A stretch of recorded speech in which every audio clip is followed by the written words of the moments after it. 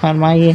اگر اہل کوفہ اپنے عہد و پیمان پر قائم رہے تو پھر آپ تشریف لے جائیں، اور اگر انہوں نے کسی قسم کی بدعہدی کا تو آپ ہرگز نہ جائیے اور اپنا عزم ملتوی کر کے مدینہ منورہ واپس تشریف لے جائیے۔